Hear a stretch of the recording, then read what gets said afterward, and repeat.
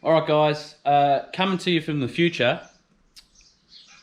The SD card was corrupt and I lost all my file footage on an intro and the start of the process of adapting the ZF to the GQ transfer. So here it is here. Sorry I missed a little bit of footage, but enjoy the video.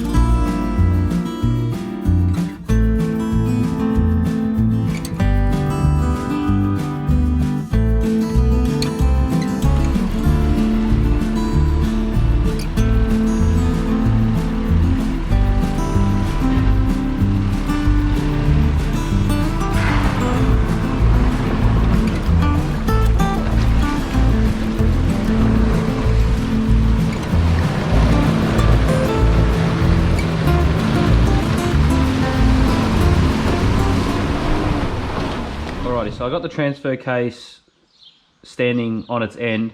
Yes, I know you're not really supposed to have pressure on the end of it, but the reason I'm doing it, as you can tell, I've already started pulling out the input shaft, but there is two needle bearings that sit in behind it, and if I had it facing as you'd usually have it facing, what would happen is the needle bearings would drop.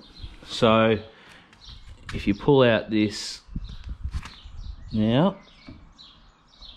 give it a twist, there it goes. There's the two needle bearings. They're in halves, so you can pull them out like so, but that's why I took the input shaft out standing up. PJs send you out a re-splined input shaft, but they don't give you a bearing or a seal. So over here from CBC, if you're looking for one, part number 6212ZNR, there's your part number. I got here a replacement new bearing. Yes, you can probably use your old one, but new bearing. This actually comes with a seal on one side of it. I just got a seal pick and picked it out because the original bearing has no dust cover or a seal on the other side of it. So pulled that out, and then new input shaft seal, part number there, 33111 VV20A. So they'll go on. New bearing, resplined input shaft, or call it a pinion, either, and yeah, we'll get them on.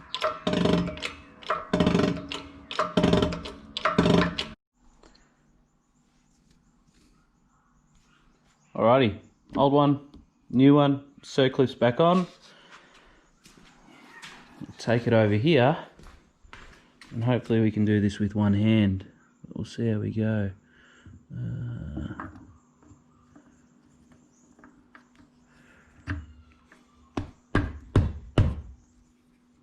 Alright, I'm gonna have to give it a slot tap. A quick rundown on the kit. You get a billet adapter plate, bunch of holes, bolt through the transfer case, bunch of holes, bolt through the transmission. Got to bolt the side onto the transmission first, but before we do that, we need to pull off the old transmission cross member and mount, as well as the output shaft adapters. So to get this off, we'll just straighten out these two punched edges, get the gun out, take the adapter off, and then we'll bolt the billet adapter on, and then slide the transfer case onto the end of the transmission.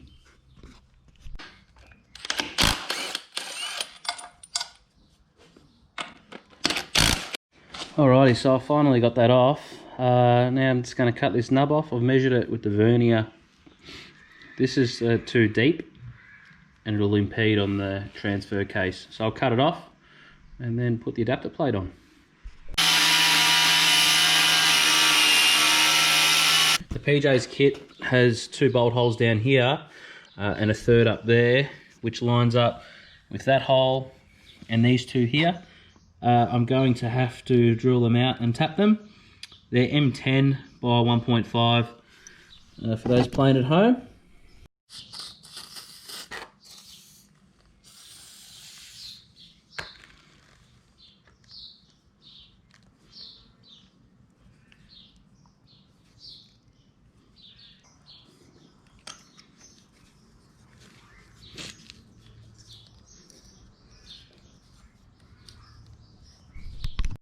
Alright, so after I realised I totally stuffed that up, took the plate off and then had to tap and drill 1, 2, 3 extra holes, and the bottom one 4. So now done that, drilled, tapped, used Loctite as well, I'll bolt the transfer case onto the back of it.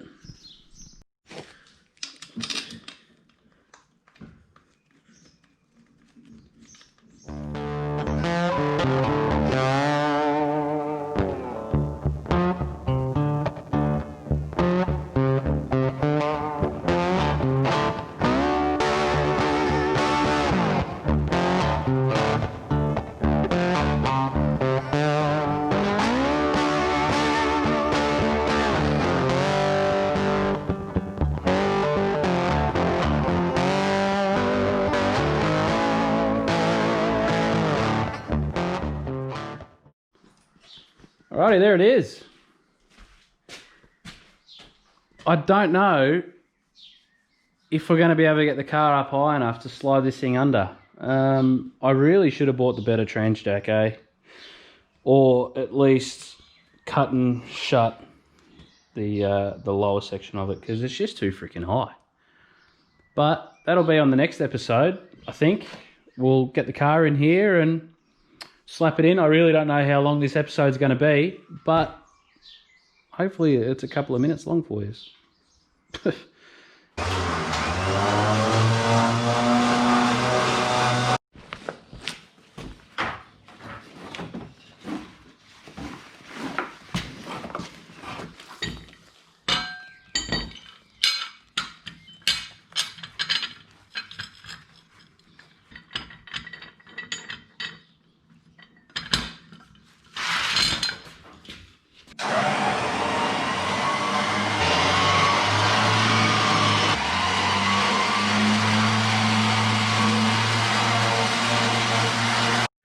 Probably should have washed it before it came in the garage too. The poor thing, it's been sitting outside for a couple of months.